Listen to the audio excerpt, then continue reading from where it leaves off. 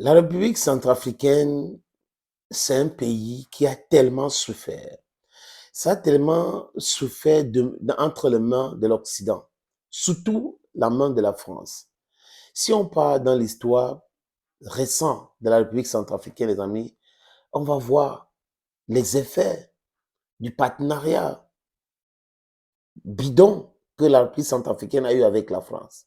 C'était les coups d'État, les rébellions dans ce pays où quelqu'un, quand il n'est pas d'accord, il prend les armes, on le soutient, après il n'a plus le pouvoir. C'était comme ça ce pays-là. Aujourd'hui, je n'ai aucun rapport avec les dirigeants centrafricains, mais j'observe l'actualité. Et comme je vous ai dit ici, les amis, nous parlons de l'actualité. C'est le plus important pour nous.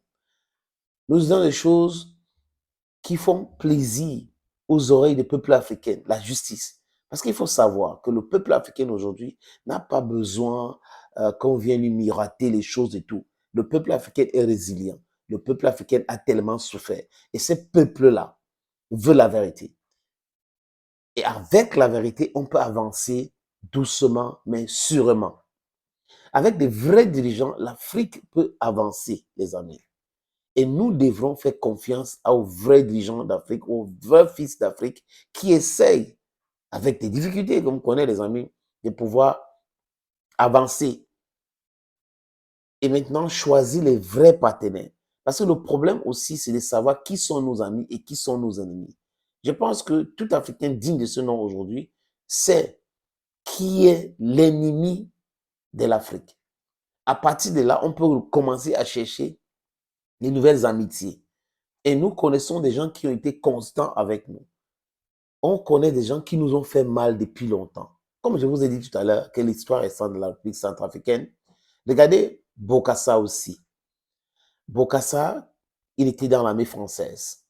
Bokassa devient chef d'État. On peut tous consulter des livres d'histoire pour comprendre comment Bokassa est devenu chef d'État dans ce pays. Et Bokassa décide d'être empereur de la République centrafricaine. Avec le concours de qui? Barely Giscard d'Estaing. Et l'histoire qui est têtue nous dit qu'il avait des rapports terribles avec la femme de son allié Bokassa, qu'il aurait même arraché la première dame de la République centrafricaine. Et Bokassa est fini comment, les amis? En ruine. Pourquoi? Parce que les gens qui l'ont encouragé de faire tout ce qu'il a fait à la République centrafricaine, ce sont les mêmes gens qui l'ont combattu. Parce que quand ils voient que leur intérêt est en difficulté ou que d'autres personnes proposent d'autres choses, ils vous abandonnent. C'est ce que certains chefs d'État africains n'arrivent pas à comprendre aujourd'hui.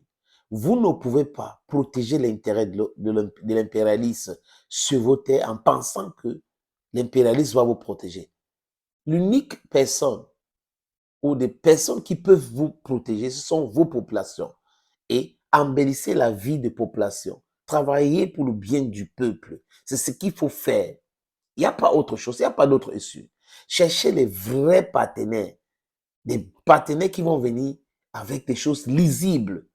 Vous nous donnez 1000 francs, on vous donne 1000 francs, donc du gagnant-gagnant.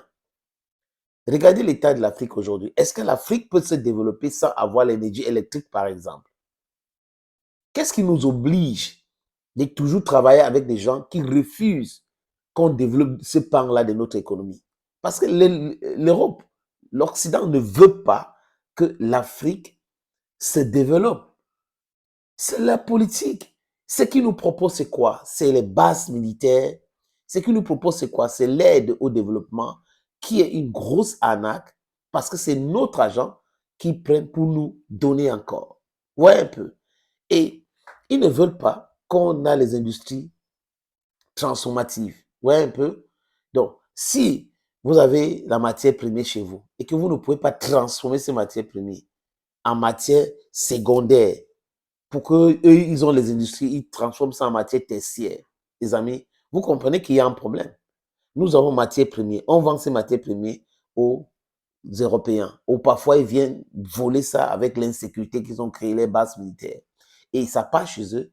Ils développent des choses là-bas. Ils créent des choses. They manufacture things there. And when they send it back to us, c'est plus cher. La plus-value, c'est quoi? Est-ce on peut créer les emplois sans toutefois transformer la matière première?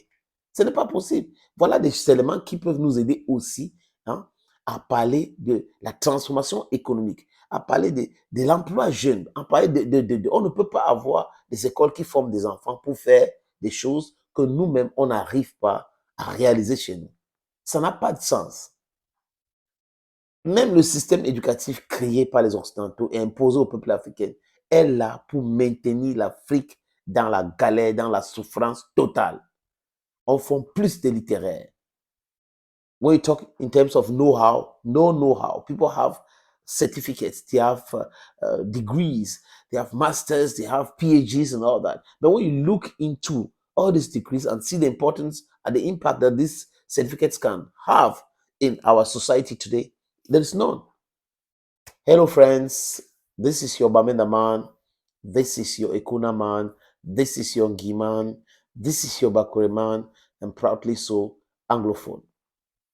Parlons maintenant de cette relation entre la Russie et la République centrafricaine. Pourquoi ça fait très mal à la France? Pourquoi ça fait très mal aux Américains? Pourquoi ça les dérange tellement? Quand ces Américains-là ont leur rapport avec d'autres peuples du monde, personne ne s'immisce. Mais la France et les États-Unis d'Amérique s'intéressent tellement à ce qui se passe en République centrafricaine et ils viennent imposer leur vision à ce peuple frère-là. Vous comprenez ça? Ça veut dire que vous ne devrez pas vous approcher de la Russie. La France dit la même chose, les États-Unis disent la même chose. Mais pendant ce temps, les problèmes sérieux que ce pays fait face, les amis, perdus. Et ces problèmes ont été créés de toutes pièces par ceux qui viennent les donner de leçons aujourd'hui. La Russie n'est pas la solution absolue ou n'est pas notre panacée.